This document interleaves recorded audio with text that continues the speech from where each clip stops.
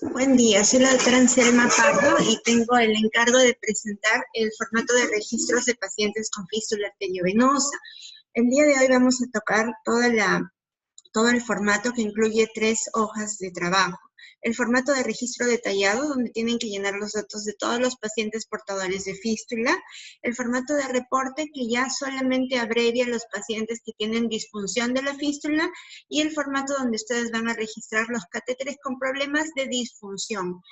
Bueno, como pueden ver, son muchos los criterios, por eso vamos a pasar al PowerPoint para poder detallar todas las funciones.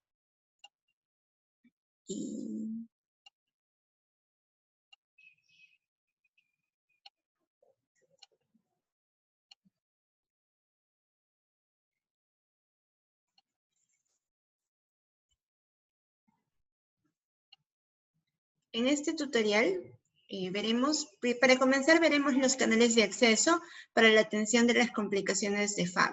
Conocemos que se ha perdido todo, ¿no? Todos los canales previos de atención, toda la oferta que había para creación y para la revisión de pacientes con fístulas complicadas, se ha perdido por la pandemia de COVID-19, muchos pacientes han fallecido, es otro tipo de organización actualmente, y vamos a conversar de esos canales para poder orientar a los pacientes más críticos. Ya la detección precoz es el ideal, que no es dable en estos momentos. En estos momentos tenemos que registrar la información, conocer la necesidad para poder canalizarla. Sin embargo, conocemos que no hay la capacidad actualmente de resolver todos los problemas. Entonces vamos a tener que ser más precisos en escoger problemas que requieran una intervención pronta o bueno, simplemente conocer nuestra estadística para solicitar la gestión de esta demanda tan importante, que tiene que ver tanto con la vida de los pacientes, ¿no? Todos los pacientes en hemodiálisis requieren un buen acceso para que tengan una buena diálisis y una buena calidad de vida. Si no, se van a ir complicando, ¿no? Y no es solo el COVID lo que los pone en riesgo, sino también el acceso vascular. Bueno, lamentablemente la oferta es muy disímil. El Hospital Rebagliati cuenta con los consultorios de atención inmediata 51 y 52 y atiende de lunes a viernes desde las 8 de la mañana, solo en las mañanas, y el paciente tiene que ir un par de horas antes para sacar su ticket de atención. Sin embargo, le van a resolver todos los problemas del acceso vascular tipo catéter venoso central temporal o de corta permanencia.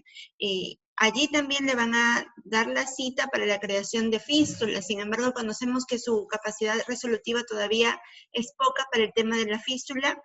Sin embargo, están al 100% de resolución de problemas de catéteres. En el Hospital Almenara van a comenzar a hacer fístulas de nuevo en el año 2021, en enero, y actualmente todo se canaliza por el mismo sitio por procedimientos de nefrología. Actualmente tienen muchas dificultades en el Hospital Sabogal y no conocemos cómo están ellos en capacidad resolutiva actualmente. Antes nosotros buscábamos la corrección precoz, ¿no? Ahora lo que nosotros queremos es registrar la pérdida y conocerla bien para poder solicitar las herramientas para resolverla, ¿no? No tenemos información uniforme. Lamentablemente la pandemia nos cogió en la mitad de la implementación del programa, no se llegó a capacitar a todas las clínicas y bueno, entiendo que ha habido cambios en el tipo de contrato. Sin embargo, es necesario ahora uniformizar toda la información y todos tienen que presentar el mismo formato, que si hay alguna duda después de este tutorial, por correo nos hacen conocer para poder orientarles, ¿no? Este formato que vimos es un formato grande que tiene en la primera hoja el formato de registro detallado de todos los pacientes portadores de fístula. Inicia con los datos generales, la IPRES, el responsable del llenado, que es la enfermera, coordinadora, el año y el mes al que pertenece. Los datos de la persona que es portadora del acceso, el DNI, el autogenerado, sus nombres y apellidos, la red asistencial y el número de catéteres previos al uso del FAP en uso, ¿no? Cuántos catéteres tuvo antes. Además, el tipo y ubicación de acceso vascular solo son 2 tipos, fístula arteriovenosa y autoinjerto, y la ubicación conocemos que puede ser muy variada. Sin embargo, lo más común es que sean radiocefálicas o brachiocefálicas, izquierdas o derechas, ¿no? El resto de ubicaciones son más anecdóticas, ¿no? Ahora, para determinar disfunción, nosotros tenemos 3 criterios principales. La exploración clínica. La exploración clínica se va a poder perfeccionar en su día a día. Ustedes tienen acceso a un número importante de pacientes y es leyendo al respecto, informándose y poniendo en práctica lo que leen, que van a poder detectar ustedes los cambios propios del cambio de flujo de una vena dilatada de alto flujo, como es una vena fistulizada. Tiene características que son bastante uniformes y que ustedes van a poder primero conocer qué es lo normal y luego ver qué es lo anormal, ¿no? Y es en el día a día, habiendo leído, donde ustedes van a poder autocapacitarse a través de la guía que le vamos a dar nosotros, ¿no? También nos importan los problemas durante la sesión de hemodiálisis y la falla en la maduración. El paciente tiene que hacerse una evaluación diaria, la enfermera cada sesión, y el nefrólogo solo si se detectase algún problema para refrendar la información, ¿no? Ya no se está planteando que sea mensual. El examen físico es del acceso vascular, ¿no? Es dirigido al acceso vascular. Conocemos, pues, que sus partes son la anastomosis, donde está la unión de la arteria y la vena fistulizada. Esta anastomosis va a unir una arteria, que es la que va a alimentar a la vena, que es donde va a estar el trayecto de la fístula, ¿no?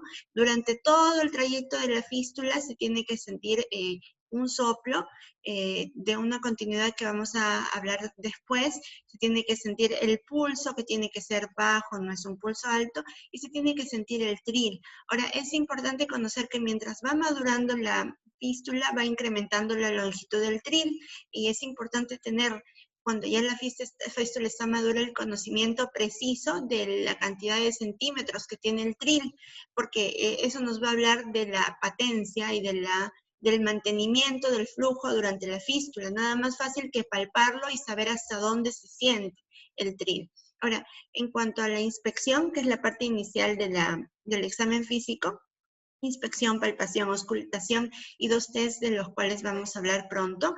La inspección nos va a permitir ver alteraciones groseras, como esto, que hayan problemas de edema en el miembro portador, que haya eritema, que haya dilatación excesiva, que haya un hematoma, que haya presencias de venas colaterales visibles, que haya signos de hipertensión venosa con hiperpigmentación y úlceras digitales de estasis.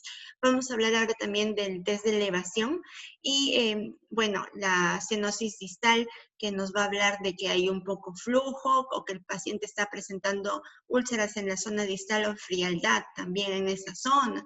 Yo he enmarcado con una flecha estos criterios: el del edema del brazo portador de la fístula, el del edema del cuello, en mamas y cara, y el del edema facial bilateral, y porque se asocian a problemas venosos centrales por la cantidad de catéteres que ha tenido antes el paciente. Entonces, si estuviéramos en la red Rebagliati y el paciente tiene estos problemas, sí podría ser referido al consultorio de atención inmediata 51 y 52 para que le hagan una cabografía, ¿no? Que lo programen y para que puedan determinar si requiere o no una angioplastía, que conocemos que por ahora sí se está llevando a cabo. Ahora, si el tema es moderado a severo, ¿no? Si es un tema leve, hay que intentar manejarlo bajando el peso del paciente, porque no hay la capacidad, ¿no? Los signos de hipertensión venosa nos hablan ya de una oclusión al flujo de salida del miembro donde está la fístula. Entonces, eso también nos habla, ¿no?, de la necesidad de angioplastía. El brazo está duro, dilatado, hinchado, edematoso, hiperpigmentado, caliente. ¿Por qué? Porque se congestiona, porque el flujo no puede salir a través de las venas centrales, ¿no? Y cuando hay cianosis distal y presencias de úlceras, no vamos a esperar que haya necesidad de amputación del paciente, ¿no? De repente, lo más sano es ya cerrar la fístula y referirlo al hospital para eso. Ahora, también parte del examen físico es ver la asimetría, el color, la forma, el tamaño, la movilidad, ver si hay diferencia al compararlo con el otro miembro. Por ejemplo, acá vemos úlceras distales, vemos edema, vemos que la parte distal del miembro superior derecho se encuentra pálida, ¿no? La mano está muy pálida porque no hay la misma cantidad de flujo en ambos brazos. También podemos ver trastornos tróficos cutáneos, cuando no hay una buena circulación, cuando hay demasiada circulación, y cuando hay pseudoneurismas también se pueden ver, y también cuando se hacen las punciones en el mismo sitio de forma repetida, también se pueden ver cambios tróficos cutáneos, ¿no? Ahora, en cuanto al edema, el edema es bien importante y marcado. Cuanto más grave es la obstrucción venosa central. Podemos aquí ver la presencia de colaterales, edema de mama, ¿no? Todo esto nos habla de que el paciente ha tenido muchos catéteres antes y la parte venosa central, la vena cava superior o el tronco brachiocefálico están ocluidos, ¿no? Y esto altera mucho la calidad del vida del paciente. La extensión del edema nos va a hablar de la ubicación de la oclusión, ¿no? Cuando el edema es solo en el brazo, estamos hablando de la vena subclavia. Cuando el edema también incluye el tórax, la mama o la cara del mismo lado, y hablamos del tronco brachiocefálico. Y cuando incluye la cara, el rostro, el cuello, los hombros, ya estamos hablando de toda la vena cava superior, ¿no? También podemos ver la presencia de hematomas, y cuando esto disminuye, se asocia a una disminución del tril, entonces necesitamos que el paciente se dialice a través de un catéter para evitar manipular más y complicar aún más la fístula y no llegar a perderla, ¿no? Podemos también buscar signos de flegosis o dilataciones aneurismáticas que nos hablan de problemas por un flujo incrementado. Y sobre todo la característica de estos pacientes es que se encuentran hipertensos todo el tiempo, ¿no? Entonces tienen alto riesgo de desarrollar insuficiencia cardíaca si no se maneja esto pronto.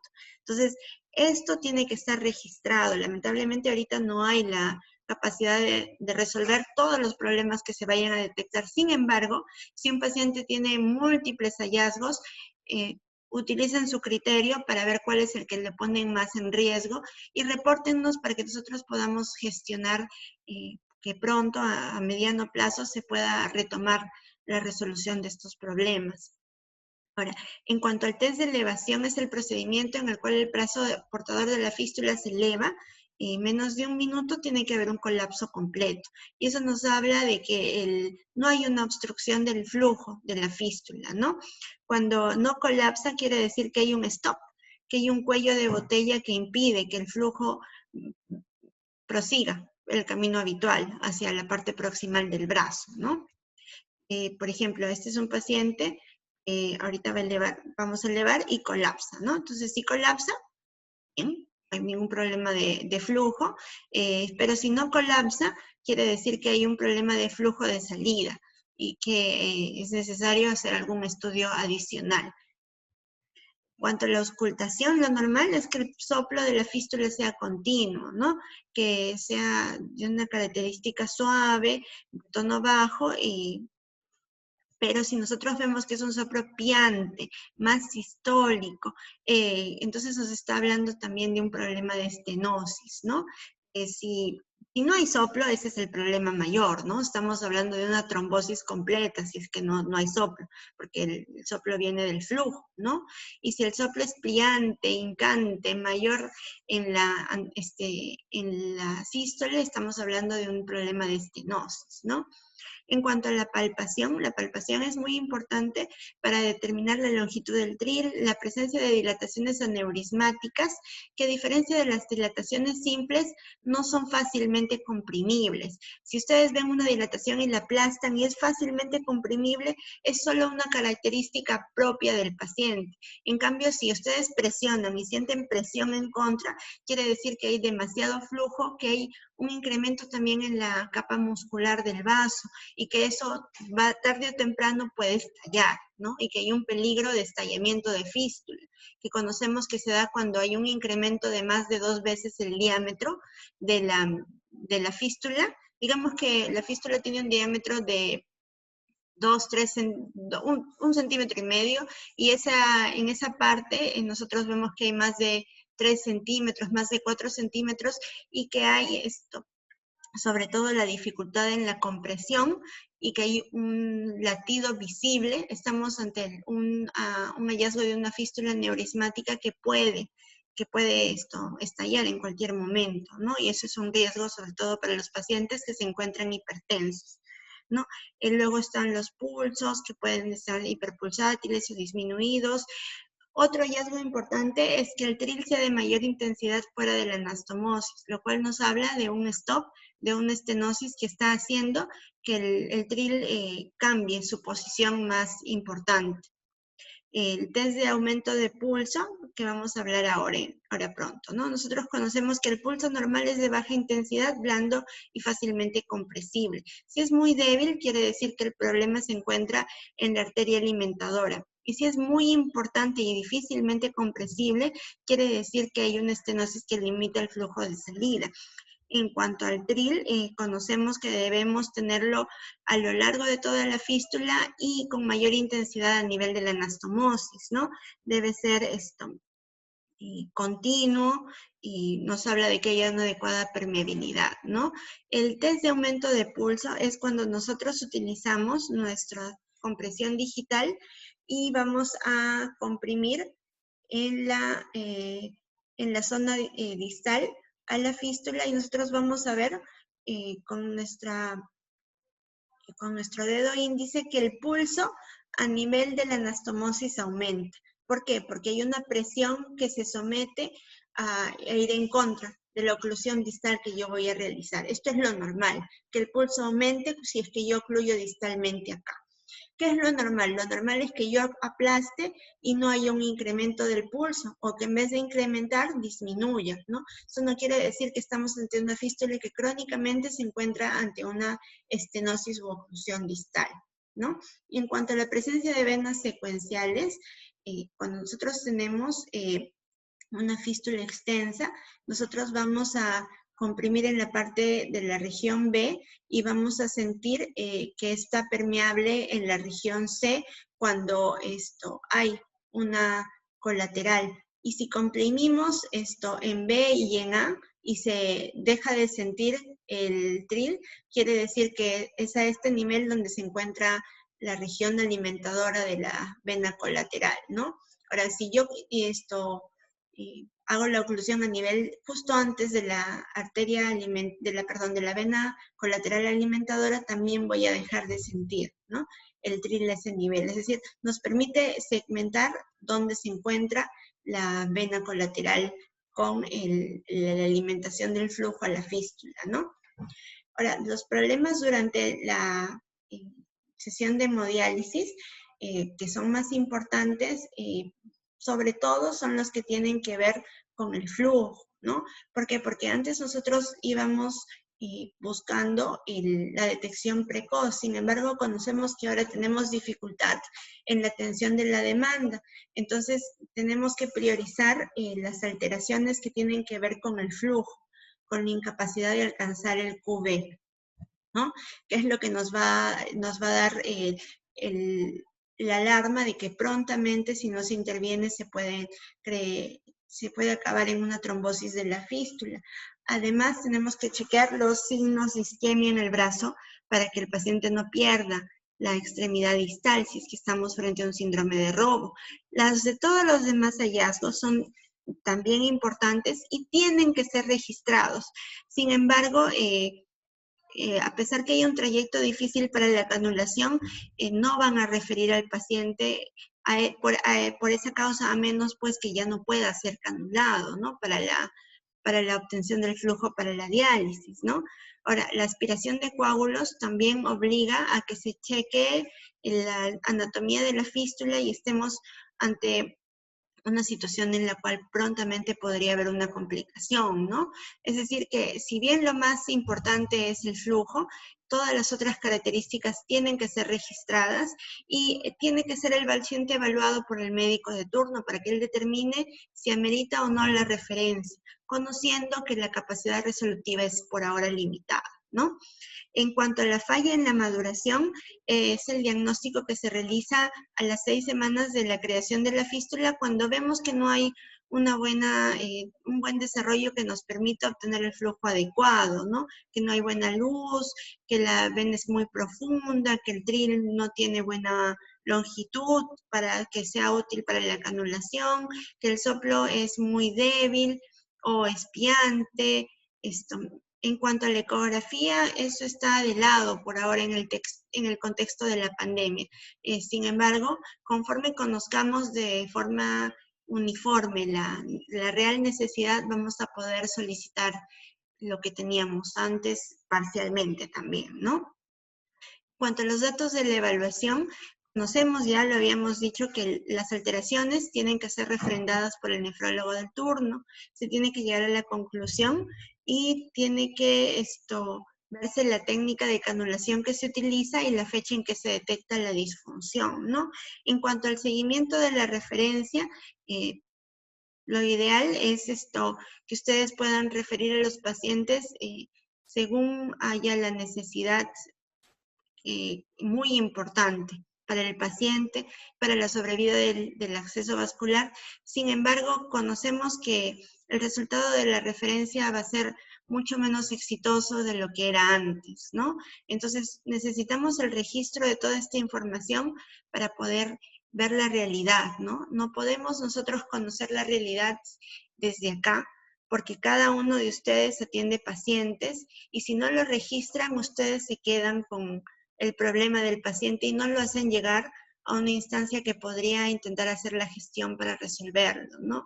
No vamos a resolver los problemas de la noche a la mañana. Sin embargo, conocerlos nos va a permitir buscar herramientas para poder disminuir el drama asociado a las complicaciones del acceso vascular, ¿no?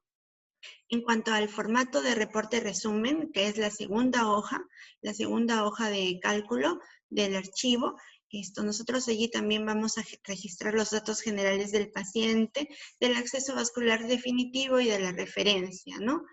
Y en cuanto al formato de catéter disfuncional, también allí nosotros vamos a registrar los datos del funcionamiento. Vamos a ver la ubicación del acceso vascular, dónde se encuentra, cuándo fue implantado, si se están utilizando o no trombolíticos. Y como les mencionamos, eso está funcional en el Rebagliati y aparentemente también en el Almenara, pero hay complicaciones todavía, ¿no? Para atender la demanda en el Hospital Sabogal. En cuanto a la disfunción, nos interesa saber cuánto de ese flujo se alcanza, si el paciente tiene posibilidades de creación de fístula, es decir, si ya le han creado fístula antes, si ustedes ven que tiene venas adecuadas, ¿no? Ustedes pueden evaluar los dos brazos del paciente y ver si tiene realmente venas que permitan la creación, ¿no? Eso, si bien la ecografía Doppler nos da datos ricos, la evaluación física también nos permite ver si el paciente tiene o no venas que podrían ser tributarias de la creación de una fístula, ¿no? Esa información también es importante para nosotros para conocer la necesidad actual. Y en cuanto a la referencia, sí sabemos que va a haber dificultades en que todos los pacientes sean atendidos de forma oportuna, sin embargo, nos interesa tener el registro de ello. Muchísimas gracias.